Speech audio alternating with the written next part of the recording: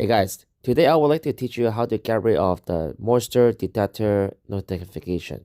So let's get the video rolling.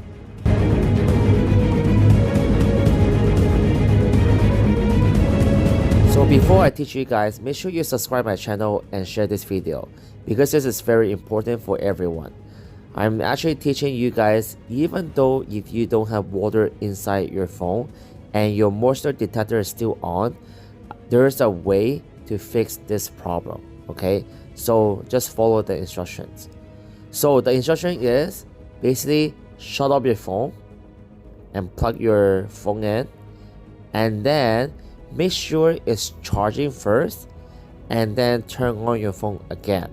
Okay, sometimes when your phone have no water and then they have moisture detector on and you try to get rid of the notifications but it doesn't work, so that time you really need to turn your phone off. Okay, when you turn your phone off, plug it in and then make sure it's charging. Okay, the logo is charging, and then turn your phone back on, and then your phone will back to normal again. It's just a software glitch that it never been fixed, and that's how you fix your moisture detector. Okay, because my phone, it happens recently, quite some time, and I keep doing that and it works. All right, so I'm not sure what's going on, but this is the only solution for you.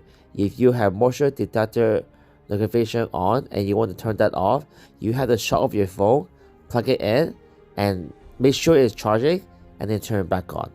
All right, that's a solution for you guys. Subscribe my channel, share this video, and have a nice day. Bye bye, peace out.